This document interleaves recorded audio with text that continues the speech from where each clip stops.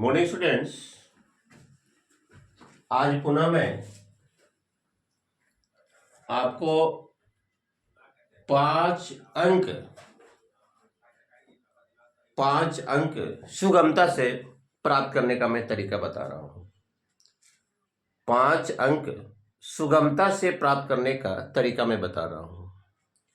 परीक्षा में आपको ये चित्र दिए हुए रहेंगे और इससे संदर्भित मंजूषा कुछ दिए हुए रहेंगे। इससे संदर्भित कुछ मंजूषा भी आपको दिए हुए रहेंगे। फिगर को देखते हुए और मंजूषा में जो शब्द दिए हुए रहेंगे उसके सहयोग से आपको 5 वाक्य बनाना है। फिर यहां पर आता है शब्दार्थ।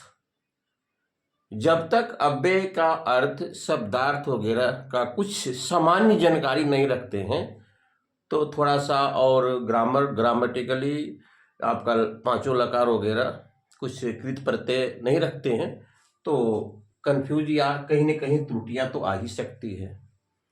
तो आपको मंजूषा के सहयोग से ही वाक्य को बनाना है, माने उस वर्ड का प्रयोग होते जाना है और अपने स्तर से यथासंभव जो आवश्यकता होगी उसको आपको देते जाना है। तब सबसे पहले इस फिगर को हम देखते हैं। अगर इस फिगर में हम देखते हैं कि एक बादल का जो फिगर है, इसका मतलब है कि बादल गरजता है। बादल गरजता है तो एषः उद्यानम चित्र अस्ति। आप आराम से लिख सकते हैं एषः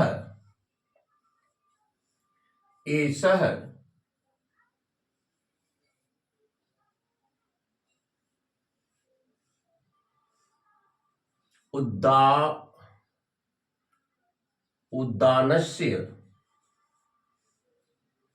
चित्रः अस्ति। उद्यानस्य चित्रः अस्ति। यह उद्यान का चित्र है या वाटिका का चित्र है। वाटिकाय उद्यानस्य चित्रः अस्ति।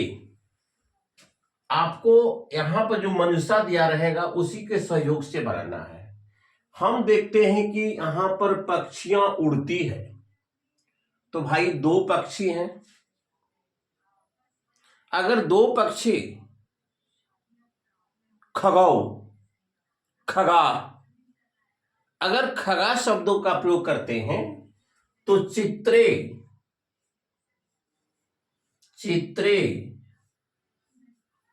खगा उड्डयन्ति। खगा बहुवचन, खगाः उड्डयन्ति खगा उड्डयन्ति। 2 वाक्य हो गया। अब देखिए इसमें से फल भी गिर रहा है। इसमें इस उद्यान में एक वृक्ष है, उससे फल भी यहां पर गिर रहा है। वृक्षात फलम पतति। वृक्षात फलम पतति। मैंने बताया था कि जब 2 वस्तुओं का अलगाव हो, विच्छेद हो, जो उसमें स्थिर होता है ध्रुवम अपाय अपादानम, उसमें पंचमी विभक्ति होती है। तो एगो फल गिरा हुआ है तो आप लिखेंगे वृक्षात फल नपुंसक है इसलिए आप देंगे फलम। वृक्षात फलम, लट लकार की क्रिया में ती प्रत्यय पतति। वृक्षात फलम पतति। आप देख रहे हैं ये आपका फिगर में आपको कैसा लग रहा है। अगर यह लोमड़ी है कि अजा है, कुत्ता भी नहीं महसूस हो रहा है, तो आखिर ये अगर मान लेते हैं, आप इसको अजा ही मानते हैं, तो अजा मैंने बकरी होता है। अजा धावती, अजा धावती, अब देखिए कितना एकदम सिंपल वाक्य का प्रयोग करना है। जटिल वाक्य का प्रयोग कीजिएगा तो जटिल ग्रामर की आवश्यकता पड़ेगी। अब देखिए इसमें एक घर है, अस्मिन उद्याने, इसमें एक घर भी देख रहे हैं आप। अस्मिन उद्याने, इस उद्यान में, अस्मिन उद्याने, अस्मिन उद्याने एकः गृहम् अस्ति, गृहम् अस्ति, एकः गृहम् अस्ति, एकः गृहम् अस्ति। अब देखिए यह बालक है, यह बालिका है, ये लोग खेल रहे हैं या आनंद ले रहे हैं। यह देख रहे छोटे छोटे पौधा है। अनेकानि वृक्षानि सन्ति उद्याने,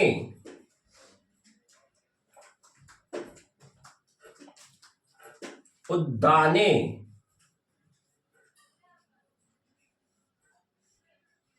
अनेकानि पदानि, छोटे छोटे पादप हैं, पदानि सन्ति, पदानि पादपानि,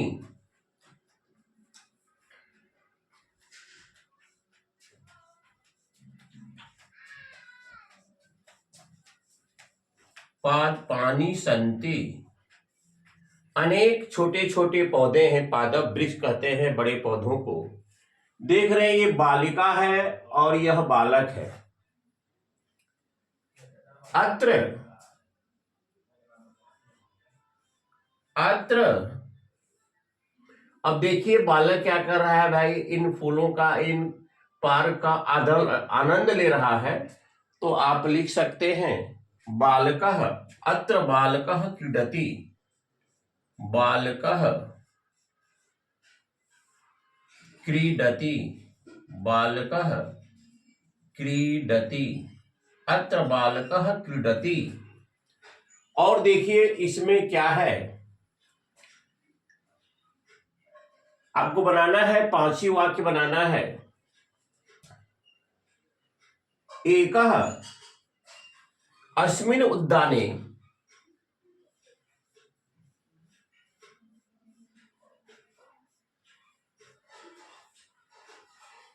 अस्मिन् उद्याने एकः विशालः वृक्षः अस्ति, वृक्षः अस्ति। आपको जो मंजूषा में दिया हुआ रहेगा उस मंजूषा के सहयोग से ही बनाना है। और इस प्रकार से आपको चित्र के सहायता से वाक्य बनाना है ताकि मंजूषा में दिए गए शब्दों का, संभवतः सारे शब्दों का प्रयोग हो सके, तभी आपकी यह चित्र व्याख्या सही मानी जाएगी। तो चित्र व्याख्या में फिगर को देखते हुए, चित्रांकन जो दिया हुआ रहेगा उसको देखते हुए एकदम सरल वाक्य का प्रयोग करना है। अगर जटिल वाक्य में जाते हैं, गंभीरता की तरफ जा रहे हैं, तो आपका व्याकरण भी क्या होगा, गंभीरता की तरफ जाएगा। सरल वाक्य में जा रहे हैं तो ध्यान यह देना है कि कम से कम व्याकरण वगैरह का उपयोग करना पड़े। तो सबसे पहले फिगर को ऑब्जर्व करना है, उससे संबंधित मंजूषा दिया हुआ रहेगा और मंजूषा को देखना है कि जो मंजूषा में जो शब्द दिए हैं उसका अर्थ आता है या नहीं आता है। उसके बाद जब पूरे अर्थ से आप कंफर्म हो जाएंगे तब वाक्य को बनाना शुरू करेंगे। और वाक्य को बनाते समय मंजूषा में दिए गए शब्दों को प्राथमिकता आपको देना है। आप देख रहे हैं कि यहां चिड़िया उड़ रही है, यहां पर बादल गरजते हैं, यहां पर एक फल गिरा हुआ है, पहले से भी फल गिरा हुआ है। ये बालक है, आनंद ले रहे हैं यानी खेलते हैं। यह बालिका भी आनंद ले रही है, यहाँ पर छोटे छोटे पादप है, एक बहुत बड़ा वृक्ष है, यह बकरी मान लेते हैं दौड़ती है, इसमें एक घर है, एक बहुत बड़ा विशाल मैदान है। तो आपके जब तक, मैंने शुरू से कहते आ रहे हैं कि जब तक आप शब्दार्थ पर ध्यान नहीं देंगे तो परेशानी तो होना तय है। अगर आप शब्दार्थ पर ध्यान देते हैं, जो आपके मंजूषा में जो शब्द दिए हुए हैं आपके सैंपल पेपर वगैरह या ग्रामर वगैरह में, उस सैंपल पेपर के मंजूषा को आपको तैयारी करना होगा, उसका मीनिंग देखना होगा, तो ये 5 नंबर आपके अधीन होंगे।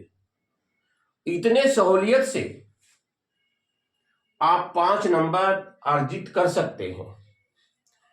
और इसमें एक गणित से कम अर्जित अंक में गणित के बराबर इसमें प्राप्तांक आते हैं। तो डियर स्टूडेंट्स, इस वीडियो को मेनी टाइम्स देखने से स्वतः आपका एक अभ्यास होता जाएगा और वाक्य बनाने में आपकी मानसिकता, जो मानसिक क्षमता है, वह स्वतः ही अनुकूलित हो जाएगी। तो आज का मेरा ये चित्र की व्याख्या समाप्त हुआ, और इसे जहां तक होगा आप लोग इसे देखेंगे, और कमेंट्स में अगर किसी प्रकार के समस्या के समाधान के बारे में लिखना है तो उसे भी आप लिखेंगे। Thank you very much.